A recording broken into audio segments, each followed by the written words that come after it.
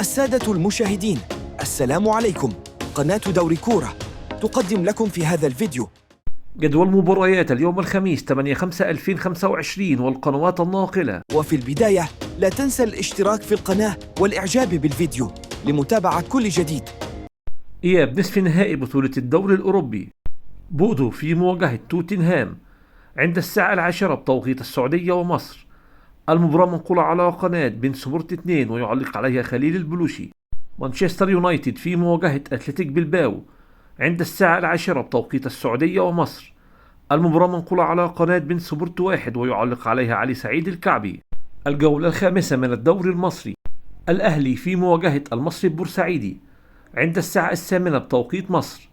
المباراة منقولة على قناة سبورت 1 ويعلق عليها أيمن الكاشف. الجولة 32 من الدوري العراقي. النجف في مواجهة نوروز عند الساعة 6 بتوقيت العراق. القوة الجوية في مواجهة الميناء عند الساعة 6 بتوقيت العراق. الشرطة في مواجهة الكرخ عند الساعة 8:30 بتوقيت العراق. الزوراء في مواجهة ديالي عند الساعة 8:30 بتوقيت العراق.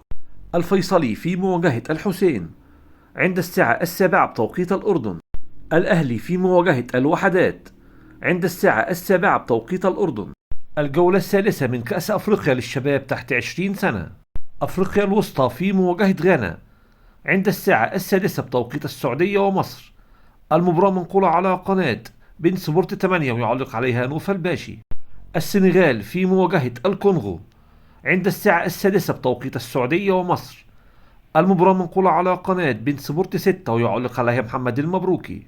إذا عجبك الفيديو لا تنسى الاشتراك في القناة والإعجاب بالفيديو وتفعيل زر الجرس لمتابعة كل جديد.